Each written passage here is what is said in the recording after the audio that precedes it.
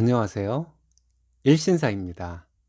저희 채널에는 신박한 사연들이 많이 있으니 많은 분들의 구독 부탁드립니다. 이번 사연은 잘 나가는 며느리에게 막말과 저주를 퍼붓는 시모를 참교육하고 연을 끊겠다는 결단력 있는 며느님의 사연인데요. 함께 보시겠습니다. 안녕하세요. 저는 40대 초반 아이 둘 키우며 일하는 아줌마입니다. 남편과 만나서 결혼할 때까지 연애를 충분히 했고, 서로에게 상처를 줄 만한 행동을 조심하며 만남을 이어오다가 결혼을 했습니다. 결혼 전에도 후에도 물론 싸워도 받고, 가급적 선을 넘지 않으려 서로에게 지킬 것은 지키며 잘 살아왔는데, 시댁, 참 해도 너무합니다. 시아버지는 아주 많이 존경스럽고 멋진 분이라고 생각해 왔습니다. 하지만 지금은 시아버지의 우유부단함이 단점으로 보일 지경이라 너무 혼란스럽습니다. 시아버지는 늘 가족을 먼저 생각하시고 어머니를 누구보다 사랑하시고 존중해 주시는 분이십니다. 결혼하고 어머님의 예의 없는 말투에 정말 화도 많이 나고 그로 인해 남편과 싸우기도 많이 싸웠지만 아버님의 현명하심으로 덮으며 지내왔다고 보시면 됩니다. 결혼하고 15년 차입니다. 경제가 점점 어려워지면서 남편이 회사에서 월급이 안 나오기 시작했어요. 2달 안 나오는 것을 보고 이젠 아이들도 좀 컸겠다. 내가 나서마 하며 나갔습니다. 아줌마 파워 다들 아시죠? 정말 열심히 했습니다. 남편과 대학 공부 똑같이 했기에 10년 당신이 책임졌으니 이제부턴 내가 책임지겠다 했습니다. 저 정말 화장실도 못 가고 이랬습니다. 신용과 신임을 중요시하며 살아왔기에 함께 일하시는 분들이 다들 저에게 힘이 되어주신 것도 제게는 큰 힘이 되었습니다.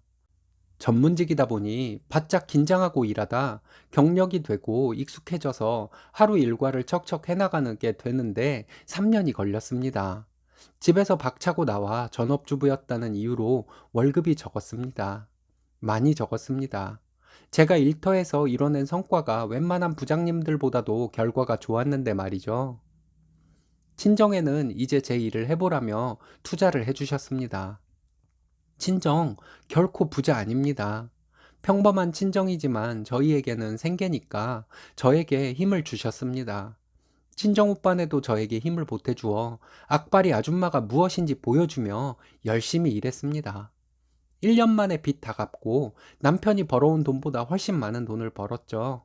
문제는 어머님의 뇌를 거치지 않고 입에서 나오는 말씀이신데요. 이번 일이 있기 전부터도 잘 살아보려는 며느리 정말 기운 빠지게 하는 말씀을 있는 힘을 다해 고르고 골라서 하시곤 했습니다. 어머님의 막말에 가까운 말들이 너무도 많아서 일일이 열거하기도 힘들 정도라서 어머님을 알 수 있는 딱 한 가지만 예를 들어 볼게요. 사실 제가 결혼하고 열심히 살았고 결혼 후에도 일하고 싶었지만 그렇지 못하고 전업으로 있었던 이유가 둘째가 태어나면서 선천성 요인인 병으로 계속 아파서 돌보다가 전업주부가 된 것이었습니다. 그런 아이 돌보다 지쳐서 몸살이 났을 때 저보고 어머님은 제가 약해서 아이가 저렇다고 하신 분이시지요. 이 말에 1년 가까이 어머님과 안 보고 살았습니다. 사람이 어찌 말 한마디에 시부모와 연을 끊을 작정을 하겠습니까? 아픈 아이 돌보며 발을 동동 구르며 사는 저에게 아이의 안부 한번 묻지 않은 어머니셨으니 그 말 한마디가 저에게는 크게 다가왔던 것이었겠죠. 그 이후로 어머님과 전화 통화도 하지 않고 아버님과도 통화하지 않았습니다. 이때 남편이 본인 엄마에 대해 말하길 너무 기분에 치우쳐 있는 분이라 그렇지 속은 잔정도 많고 나쁘지 않은 분이라며 두둔하기에 저희 정말 엄청 싸웠습니다. 말을 막 해서 그렇지 잔정이 많아서 괜찮은 분이 아니라 기분이 좋을 때는 정을 나누기도 하는 분이지만 말을 막 해서 나쁜 분이라는 것을 남편이 인정할 때까지 싸웠습니다. 우리 아이를 그런 식으로 표현하는 어머님을 싸고 도느라 우리 아이가 할머니에게 무슨 소리를 들어도 그냥 넘어가는 아빠는 제 아이의 아빠로 자격이 없다는 제 신념이 있었거든요. 남편이 어머님이 어떤 분인지를 제대로 인지를 하고 저에게 진심 어린 사과를 하며 아버님께서도 끊임없이 저에게 전화를 하셔서 마음을 풀어주시려 노력하신 것에 마음이 어느 정도 풀려 시댁과 다시 왕래를 시작했습니다. 저희 시어머니에게 그때 확실하게 사과를 받고 짚고 넘어가든지 아니면 끝까지 왕래를 하지 말든지 했어야 했는데 지금 후회가 됩니다. 저 정말 제 일을 시작하게 된 후로 거의 주말도 없이 일했습니다. 일에 치여 살며 정말 처음에는 애들도 사무실에 와서 있다가 저녁도 먹고 함께 집에 들어가고 하며 살아왔는데 어머님은 기특하다, 수고했다 하는 말씀은 전혀 안 하셨습니다. 친정엄마는 늘 괜찮아, 잘 될 거야 라고 하시며 남편 월급 안 나왔을 때 저에게 남편 기죽이는 소리 절대 하지 말라시며 걱정하셨습니다. 지금까지 항상 시어른들 잘 계시냐고 안부를 묻고 계시고요. 얼마 전에 시어머니와 싸웠습니다. 예전에 시어머니의 막말들을 참고 살다가 어머님이 우리 아이의 문제를 가지고 막말을 하셨을 때 한마디 대꾸도 못하고 그 말씀이 서운해서 남편과 1년 가까이 싸우며 왕래를 끊고 살았지만 이번에는 저도 참지 않고 할 말을 다 해버렸습니다. 제가 남편이나 시댁에 잘하려고 나름 노력을 하는 사람이지만 바보처럼 무조건 예하는 사람이 아니라는 것을 어머님께 보여주고 싶기도 했습니다. 그리고 제가 돈 잘 버는 것을 까내리고 싶어 하는 시어머니에게 제 능력을 과시하고 싶기도 하고 이런 표현이 좀 과격하긴 하지만 밟아버리고 싶은 마음도 있었거든요. 주말에 오랜만에 시댁에 갔습니다.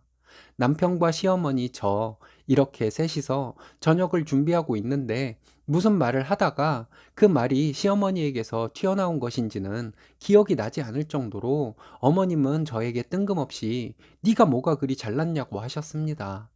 놀라서 멍하니 있는데 네가 언제까지 잘 나갈 줄 아냐고 하시며 바쁜 척이나 하며 나 돌아다니느라 시댁에 이렇게 드문드문 방문을 하냐며 타박을 하시더군요. 저 정말 말대꾸하고 싶었습니다.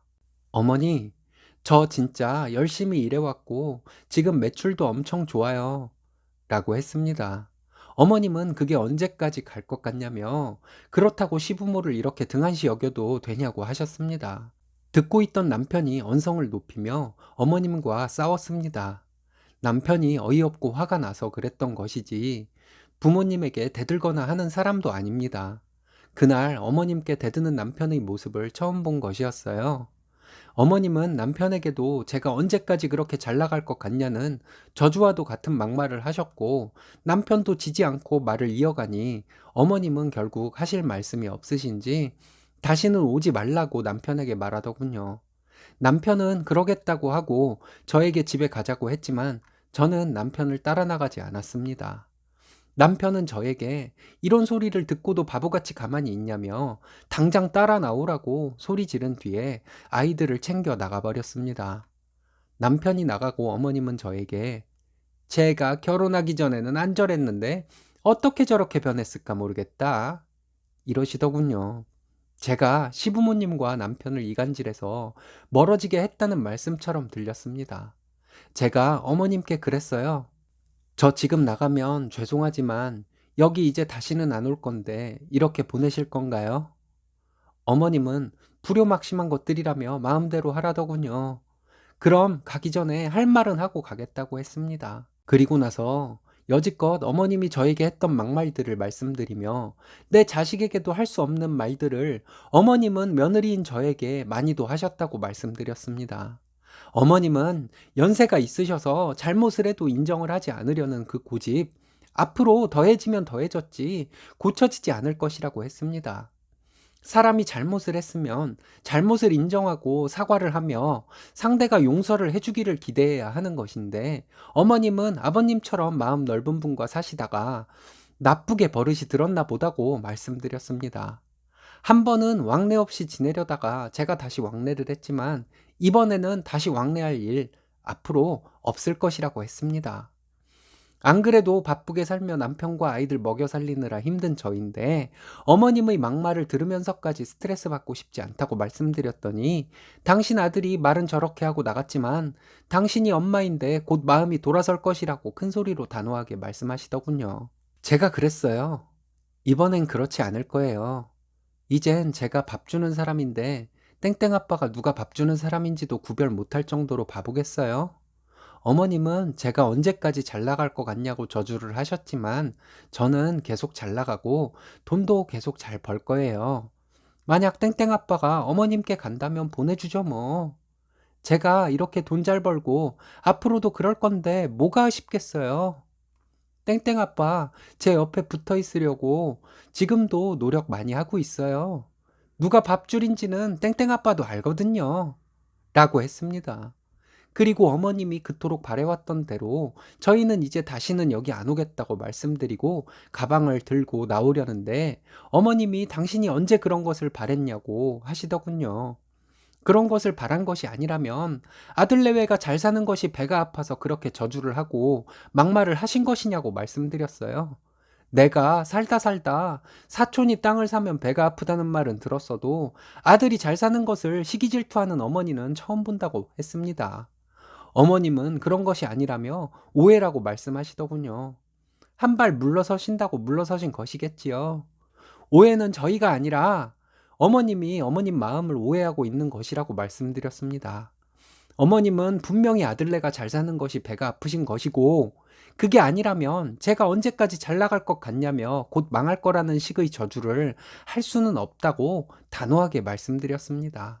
이젠 어머님의 진심을 알겠으니 어머님의 그 진심을 마음속 깊이 간직하며 살겠다 했습니다.